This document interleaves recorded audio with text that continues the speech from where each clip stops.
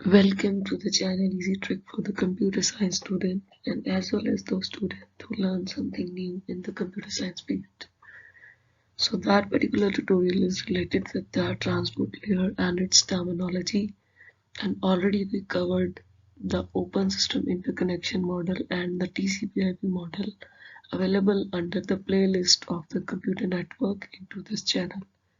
So those students who don't see the data communication and network particular video is not seeing, kindly see that videos firstly, and after that you will enter into that particular layer, and it's the important factor of the computer networks when you use the network into the different area in the local or on the global area and under the cyber security.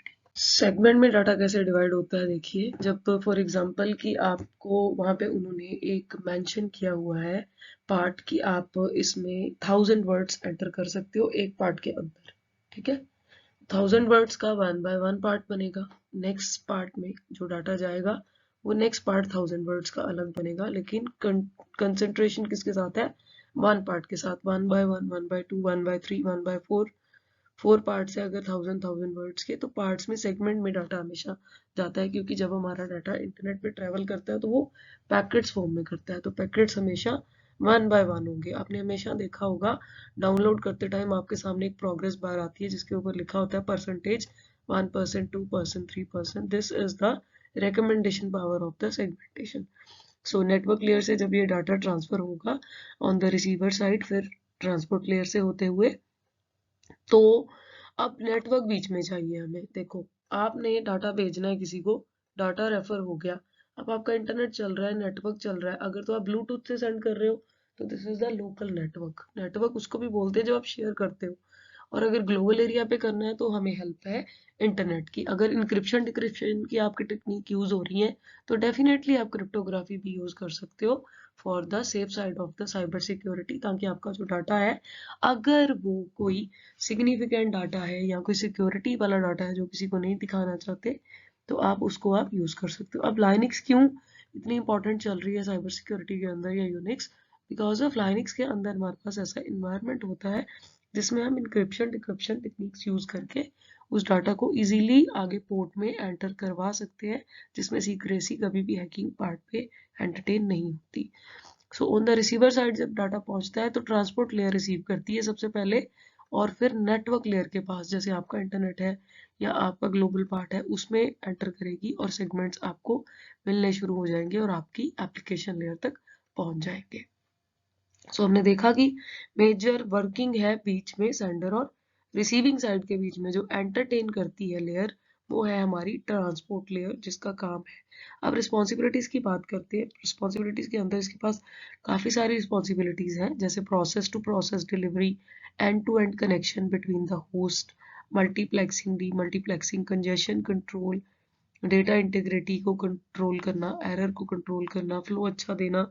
Process to process delivery में हम जो entertainment इसका करते हैं, जो entry होती है वो क्या होती है कि डाटा लिंक लेयर के अंदर एक मैक एड्रेस होता है, that is the medium access control address. Medium access control address में होता क्या है कि आपका जो एड्रेस है वो 48 बिट्स का एड्रेस होता है टोटल। जैसे इंटरनेट प्रोटोकॉल एड्रेस है हमारे पास, वो कंप्लीट एड्रेस आपने देखा ही हुआ है कि कितने बिट्स का होता है, या जब हम उसको पढ़ते हैं तो उसमें आता है ना कि single octet having the 8 bits, और 32 बिट्स का वो डाटा होता है इंटरनेट प्रोटोकॉल का। अब मैक एड्रेस की बात करते हैं, जो मीडियम एक्सेस कंट्रोल है कि जो मशीन से डाटा होते हुए आगे की तरफ जाता है वो 48 बिट्स का होता है। जो network interface card of every host machine है कि एनआईसी होता है, जो हम नेटवर्किंग के लिए एक हार्डवेयर कंपोनेंट है, जो एनआईसी को आप यूज करते हो, उसके बिना आप किसी के साथ कुछ शेयर नहीं कर सकते। जैसे आप आजकल सुनते हो वाईफाई मॉडेम, वायरलेस मॉडेम्स, तो उसमें एनआईसी ऑलरेडी इंस्टॉल होता है, आपके फोन्स में भी इंस्टॉल होता है, आपके लैपटॉप्स में, नोटबुक, कंप्यूटर में, सब में इंस्टॉल होता है, तो ये चीज़ों को इजीली ग्रैब कर लेता है। सो सोर्स डेस्टिनेशन से होस्ट जब चीज़ को आगे भेजता है तो वो फ्रेम के पार्ट में डिलीवर होती है, ये हमने देखा था डाटा लिंक लेयर में। अब डाटा लिंक लेयर जैसे फ्रेम को देती है, फिर नेटवर्क लेयर लेती है, तो वो अपना इंटरनेट प्रोटोकॉल एड्रेस के साथ पैकेट्स बनाने शुरू कर देती है। और जब ट्रांसपोर्ट लेयर के पास पैकेट आता है तो उसको एक पोर्ट नंबर चाहिए होता है कि किसको डिलीवर करना है डाटा, होस्ट कौन है, कहाँ से डिलीवर करना है। अब पोर्ट नंबर के पास जो टोटल एड्रेस होता है क्लाइंट सर्वर का, क्लाइंट ने देना, वो होता है 16 बिट्स का। देखिए प्रोसेस में नीचे हम समझते हैं कि जो मल्टीप्लेक्सर्स होते हैं, मल्टीप्लेक्सर्स का काम होता है कि एक से ज़्यादा को डाटा देना है। अब डाटा आप दे रहे हो तो ये देखो सेगमेंट्स हैं हमारे 1 2 3 4, अगर हम सेगमेंट्स बना रहे हैं मीन्स 1000 वर्ड्स का, तो एक एक करके जा किसकी तरफ से रहा है, नेटवर्क की तरफ से। नेटवर्क लेयर आगे की तरफ ट्रांसफर करेगी, तो प्रोसेस में अब एंटर करेगा डाटा ट्रांसपोर्ट लेयर के पास। ट्रांसपोर्ट लेयर फिर एंट्री करवाएगी नेटवर्क लेयर को, और आपको फिर उसके बाद प्रोसेस से होते हुए डाटा क्लाइंट सर्वर प्रोग्राम जो यूनिकली आपने मेंशन किया होगा, अगर व्हाट्सएप का डाटा है तो व्हाट्सएप पे जाएगा, अगर आपका डाटा इंस्टाग्राम का इंस्टाग्राम में जाएगा, और अगर किसी और सोशल प्लेटफॉर्म का है तो फिर वो उस पर एंटर हो जाएगा। So the meaning of the process to process delivery is कि जहां से डाटा उठता है वो starting from the network layer नहीं करती, डाटा लिंक लेयर करती है, क्योंकि फिजिकल कोई ना कोई अब मशीन अटैच है, चाहे आपके साइड से, चाहे कोई रिसीवर साइड से, चाहे सेंडर साइड से, तो उसके ऊपर क्लॉक सिंक्रोनाइजेशन भी होगी, टाइमिंग भी होगी, फ्रेमिंग भी होगी, उसके बाद आईपी एड्रेसेस भी जुड़ेंगे। अब डिलीवरी करते टाइम वो 48 बिट का एड्रेस जो मशीन का होता है उसको तो उठाते ही है कि किसको देनी है चीज, बट उसके साथ साथ एक 16 बिट का एड्रेस होता है जो हमें इंटरनेट प्रोटोकॉल एड्रेस देता है कि कौन सा होस्ट और कौन से सर्वर को हमने ये चीज एंटर करनी है। और अगर आपको इंटरनेट प्रोटोकॉल एड्रेस के बारे में ज़्यादा इन्फॉर्मेशन चाहिए तो वो वीडियो भी चैनल पे अवेलेबल है, आपको मैं डिस्क्रिप्शन बॉक्स में एंटर करवा देती हूँ, आप उसको चेक कर लीजिएगा। नेक्स्ट है हमारा end to end connection between the host. End system में देखिए कनेक्शंस होते हैं जो, वो हमारे कनेक्शंस होते हैं connection oriented and connection less services. मान लो कि हम जो कनेक्शन देने जा रहे हैं, दो तरह के कनेक्शंस होते हैं। कनेक्शन ओरिएंटेड का मीन है कि आपको पता है कि किसको चीज कहाँ से देनी है। फॉर एग्जांपल अगर हमारे पास एक यूनिकली पार्ट है जिसमें लैब है कोई, या कोई आपका रूम है जिसमें सिस्टम के अंदर जो चीज के अंदर चीज पड़ी हुई है वो कंप्यूटर्स है, मान लो एक कंप्यूटर है, दो कंप्यूटर है, तीन कंप्यूटर है, चार कंप्यूटर है, पांच कंप्यूटर है, आपस में सारे लगे हुए। अब फर्स्ट वाले कंप्यूटर ने लास्ट वाले कंप्यूटर को कोई डाटा भेजना है, तो उसको पता है कि ये कनेक्शन कहाँ से जाएगा। मान लो ये सिस्टम आपस में इंटरकनेक्टेड है, 1 to 2, 2 to 3, 3 to 4 and 4 to 5 आपस में इंटरकनेक्टेड है। तो हमें कनेक्शन ओरिएंटेड से काम करना है। कनेक्शन ओरिएंटेड का मीनिंग है कि कहाँ से होते हुए डाटा जाएगा, 1 to 2, 2 to 3, 4 to 5। मीन्स जब कनेक्शन हमारा बनेगा, अब एंड टू एंड प्रोसेस जाना है, एंड टू एंड का मतलब 1 to 5 तक जाना है, लेकिन होते हुए इससे जाना है, पहले 1 to 2 में जाएगा, 2 to 3, 3 to 4 एंड 4 to 5। ये हो गया हमारा वो रास्ता जहाँ पे हमें एग्जैक्ट पता था कि हम कौन सा डाटा कहाँ पे भेज रहे हैं। और कनेक्शन लेस का क्या मतलब है कि कनेक्शन लेस में आपने कोई इंटरनेट पे डाटा रेफर किया जो ग्लोबल सेंस के अंदर एंटर कर रहा है, तो ग्लोबल सेंस के अंदर जब डाटा एंटर करेगा तो वो जरूरी नहीं है कि कनेक्शन ओरिएंटेड हो, कनेक्शन लेस भी हो सकता है। जैसे प्राइवेट और पब्लिक वाईफाई आप यूज करते हो, तो प्राइवेट है तो आपको पता है डाटा कनेक्शन ओरिएंटेड है, और अगर आपका दूसरा पार्ट है तो फिर वो कनेक्शन लेस है। डायग्राम में भी हम यही चीज देख रहे हैं कि एंड टू एंड जो कनेक्शन हो रहा है ये एंड सिस्टम है, जहां तक डाटा आना है, तो ये कनेक्शन ओरिएंटेड है कि आप डाटा लेके जा रहे हो तो पार्ट कहाँ से प्ले कर रहे हो। ये देखो ये आपका पार्ट प्ले हो रहा है कि कनेक्शन ओरिएंटेड है तो यहाँ से डाटा जा रहा है, पर्टिकुलरली उसे पता है कि फ्रेमिंग कहाँ से जानी है और कनेक्शन से जा रही है। If it is the connection less, तो वो क्या करता है, वो ये चेक करता है कि वहां पे हमें डाटा एंट्री करनी है, अगर इधर से स्पेस है तो इधर से डाटा जाना चाहता है तो इधर से चला जाए, अगर इधर स्पेस नहीं है, ट्रैफिक कंजेशन है कोई, तो हो सकता है। देखो कनेक्शन लेस का हमें एक एडवांटेज ये होता है कि आपका फ्लो भी कंट्रोल करवाना है इसी वाली लेयर ने, और आपका जो है वो एरर भी कंट्रोल करना है। If it is the connection oriented और सर्वर के ऊपर ऑलरेडी ट्रैफिक बहुत ज्यादा है, मतलब बर्डन बहुत ज्यादा है, तो वहां पे स्पीड स्लो हो सकती है, तो डाटा इजीली आगे एंटर नहीं करता। अगर if it is the connection less services, तो उसके अंदर जो डाटा होता है वो एंट्री कर जाता है, क्योंकि उसके पास एक नहीं मल्टीपल तरह के रास्ते होते हैं एंटर करने के लिए, जिसके अंदर आपका प्रोग्रामेटिक फैक्टर जो है वो पार्ट प्ले करता है कि इसके अंदर डाटा कहाँ से जा सकता है। अब इसके अंदर दो प्रोटोकॉल्स भी हमारे पास चल रहे होते हैं, जो होते हैं यूडीपी एंड आपका जो है टीसीपी। टीसीपी हमने पहले देख लिया है कि ट्रांजैक्शन कंट्रोल प्रोटोकॉल तो वर्किंग करता है। UDP protocol is the user datagram protocol. User datagram protocol का मेजर वर्क ये है कि जब ये प्रोटोकॉल इंटरनेट के ऊपर चलता है तो उसने ये चेक करना है कि आपको कम्युनिकेशन जो प्रोटोकॉल्स के बीच में चल रहा है, जैसे HTTP भी चल रहा है, FTP भी चल रहा होता है, आपका SMTP भी चल रहा है कि आप मेल से कोई ट्रांसफर कर रहे हो, तो इसने कम्युनिकेशन देना है कोर कम्युनिकेशन प्रोटोकॉल्स को इंटरनेट प्रोटोकॉल के साथ। तो जो आपका इंटरनेट प्रोटोकॉल होता है उसमें कोई यूडीपी नहीं होता, बट यूडीपी जो है वो काम करता है कम्युनिकेशन प्रोटोकॉल का। किसके लिए? This is the core communication protocol of the internet protocol suit के इसके अंदर काम करता है वो यूडीपी। यूडीपी में यूजफुल इंफॉर्मेशन क्या होती है? इसके अंदर जो इंफॉर्मेशन होती है वो कम्युनिकेशन करता है through out the internet for the specific time. जैसे आप कोई गेम प्ले कर रहे हो, कोई वीडियो देख रहे हो, उस टाइम के ऊपर जो कोई भी डोमेन नेम आपके सामने चल रहे होते हैं उसको ये एंट्री करवाता है। अब मेजर काम है कि टीसीपी का काम क्या होता है? टीसीपी कम्युनिकेशन देता है हमें ब्राउज करने का। जैसे आप कोई मेल देख रहे हो, कोई टेक्स्ट ट्रांसफर कर रहे हो, कोई मेल ट्रांसफर कर रहे हो, कोई लाइव चैटिंग कर रहे हो, तो उसमें टीसीपी वर्क करेगा। तो यूडीपी आपका कम्युनिकेशन जो गेमिंग कंसोल्स होंगे या कोई नेटवर्क का ऐसा पार्ट होगा उसमें काम करेगा। यूडीपी के जो प्रोटोकॉल मैंने बोले हैं, डोमेन नेम सिस्टम जैसे नेटवर्क, आपका SNMP जैसे सिंपल नेटवर्क मैनेजमेंट प्रोटोकॉल, ये SNMP भी इसके साथ वर्क करता है यूडीपी के साथ यहाँ पे, और आपका जो FTP है वो भी इसके साथ ही वर्क करता है। तो प्रोटोकॉल्स में हम मल्टीकास्टिंग प्रोटोकॉल्स भी इसके अंदर काफी सारा देखते हैं, क्योंकि वीडियो कॉन्फ्रेंसिंग का भी काम इसी ने करना है, फ्लो कंट्रोल भी करना है, एरर कंट्रोल भी करना है। तो definitely multiplexing and D multiplexing की हमेशा जरूरत होती है। मल्टीप्लेक्सिंग में बेसिकली हम मैनी टू वन के अंदर डाटा जो है वो भेजते हैं। जैसे मैनी लोग, मतलब बहुत सारे लोग हैं, किसी एक को आप डाटा भेज रहे हो, मर्ज करके भेज रहे हो ना, तो पैकेट के साथ डाटा जो है वो मर्ज करके जाता है। और सिमिलरली जो डी मल्टीप्लेक्सिंग है वो वन टू मैनी को जाता है। आप नीचे डायग्राम में देख रहे हो ना कि जो डाटा जा रहा है वो मैनी टू वन को पहले जा रहा है। ये देखिए मैनी टू वन के अंदर ये मैनी है 1 2 3। मान लो कि आपके पास कोई ऐसा प्रोग्रामिंग फीचर है, जैसे फॉर एग्जांपल आप एक कॉलेज में पढ़ते हो, तो एक जनरल कम्युनिकेशन का पेपर है, ठीक है, फॉर एग्जांपल इंग्लिश का पेपर है सभी का, चाहे वो स्टूडेंट बीए का है, चाहे बीसीए का है, चाहे वो किसी और स्ट्रीम का है, तो सबने वो जनरल इंग्लिश का पेपर सेम डे देना होता है। तो हैंडल कौन करती है? एक यूनिवर्सिटी जो GNDU कर रही है या PU कर रही है, PTU कर रही है, या कोई भी ऐसी यूनिवर्सिटी LPU कर रही है या सिम्बोसिस कर रही है, ऑक्सफोर्ड कर रही है, कोई भी कर रही है, जो सिंपल जनरलाइज्ड फीचर होता है। तो ये मैनी टू वन को हैंडल हो रहा है। वन टू मैनी को जो हैंडल हो रही होती है वो क्या? डीमल्टीप्लेक्सिंग में वन टू मैनी को क्या आ रहा है? रिजल्ट आ रहा है।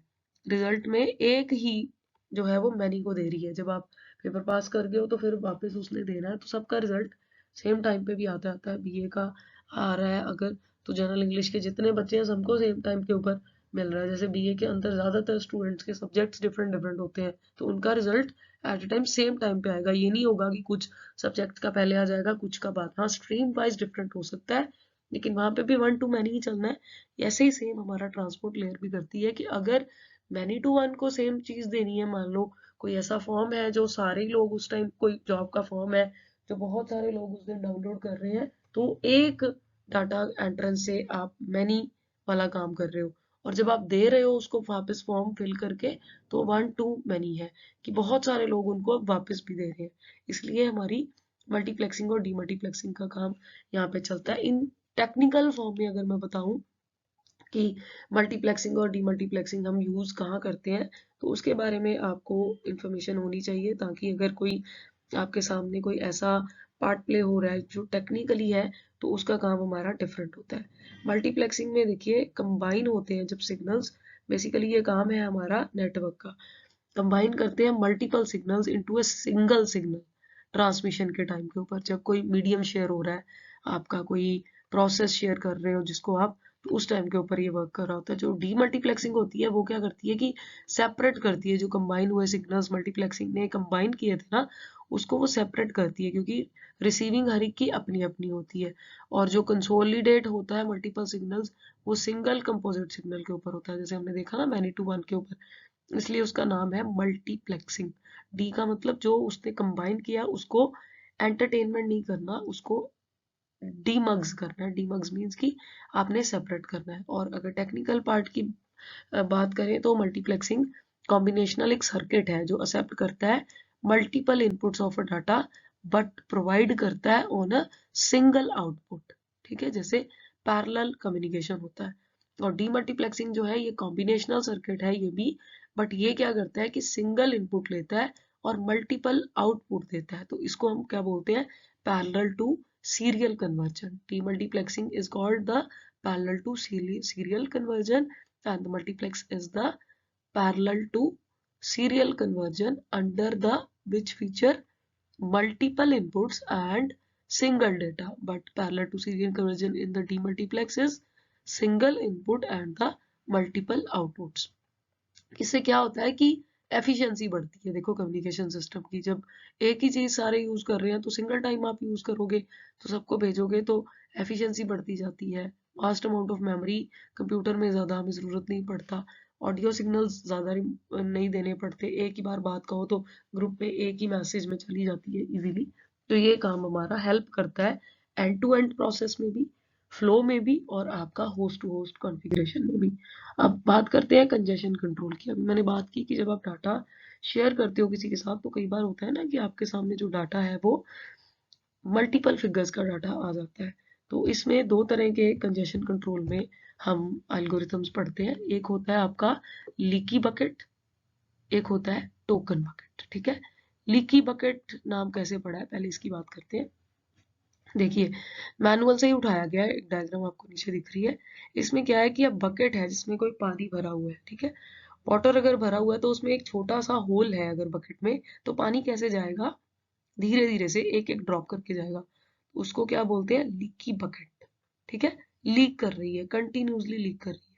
होल हो गया तो कंटिन्यूसली लीक करती है। ठीक है, अगर आप वो होल बहुत छोटा है तो वो सिंगल सिंगल ड्रॉप गिरता है, एक ड्रॉप गिरा फिर रुका, फिर एक ड्रॉप गिरा फिर रुका। अब कांस्टेंट फ्लो है तो उसको बोलते हैं लीकी बकेट। मींस अगर डाटा ट्रेवल कर रहा है और अगर कोई भी प्रॉब्लम नहीं आई, फ्लो कंट्रोल प्रॉपर हो रहा है, कंजेशन का मतलब होता है कि ट्रैफिक कोई नहीं आई, ट्रांसपोर्ट लेयर ने जो प्रोवाइड किया था फंक्शन उसने कंजेशन कंट्रोल हैंडल कर लिया है, तो ऐसी कोई प्रॉब्लम नहीं आई, क्योंकि ये मल्टीप्लेक्स भी आप बीच में बात कर रहे हैं और लीकी बकेट टेक्निक भी हम इसके अंदर चला रहे हैं। तो उससे क्या होता है, डाटा फ्लो में चलता जाता है। जैसे कनेक्शन लेस और कनेक्शन ओरिएंटेड हमने देखा ना, कि कनेक्शन ओरिएंटेड में उसने पहले ही क्या करना है कि कहाँ से कहाँ डाटा भेजना है उसको फिक्स कर लेना। जब फिक्स कर लिया तो वहां पे कंजेशन कंट्रोल कम आएगा। अगर तो वो ऑलरेडी बिजी चल रहा है तो फिर तो उसे पहले ही पता लग जाता है कि ये सिस्टम बिजी है, तो उसका काम वेटिंग में चला जाएगा। ये ऑपरेटिंग सिस्टम में फैसिलिटी होती है कि वो वेटिंग में भेज देता है। अगर वो बिजी नहीं है तो पहले से ही उसको वो कंजेशन कंट्रोल नहीं होता, तो उसमें डाटा मिल जाता है, उसमें लीकी बकेट काम करता है। If it is the token bucket, second congestion control scheme होती है हमारे पास टोकन बकेट। देखिए टोकन बकेट में हम क्या करते हैं कि उसके अंदर जो डाटा एंट्री करता है वो आपका वन बाय वन करता है। जैसे हमने बात की कनेक्शन लेस की, तो उसके अंदर सबसे पहले डाटा एंटर किया तो कोई फिक्स लाइन है ही नहीं है। अब आपका 1 to 5 में डाटा जाना है तो कोई फिक्स लाइन नहीं है, और जहां से अवेलेबिलिटी है वहां से जा सकता है। उसने पहले कभी चेक ही नहीं करना कि ये सिस्टम आइडल है या नहीं है। नहीं आइडल तब भी डाटा एंटर करवा देना है तो वहां पे टोकन वाइज जाएगा। टोकन वाइज में ये चीज होती है कि सिक्योरिटी हो जाती है। लीकी बकेट में डाटा सबको जा रहा है तो सिक्योरिटी नहीं है। टोकन बकेट में क्या है, रिंग टोपोलॉजी यूज होती है ज्यादातर। अब इसके अंदर डाटा उसी सिस्टम को ही मिलना है जिसको डाटा मिलना चाहिए, दूसरे को नहीं मिलना। और रिंग टोपोलॉजी का भी जो लिंक है वो नीचे डिस्क्रिप्शन बॉक्स में अवेलेबल है, आप उसको भी चेक कर सकते हो। सो इसके अंदर कंजेशन कंट्रोल की स्कीम के अंदर हम ये देखते हैं leaky bucket and token bucket. और नेक्स्ट जो है वो इसका एरर कंट्रोल और डाटा इंटीग्रिटी है, जो कि हम नेक्स्ट आपके पार्ट के अंदर प्ले करेंगे। पहले आप सारे इसको रिव्यू कर लीजिए, और if you have any type of question kindly tell me in the comment box, the reply will be given very soon to you। और ये जो डाटा इंटेग्रिटी और error connection and flow control है, इसकी schemes आपको जल्दी ही एक video lecture में इस पर्टिकुलर चैनल पे मिल जाएगी। Till then take care, thank you.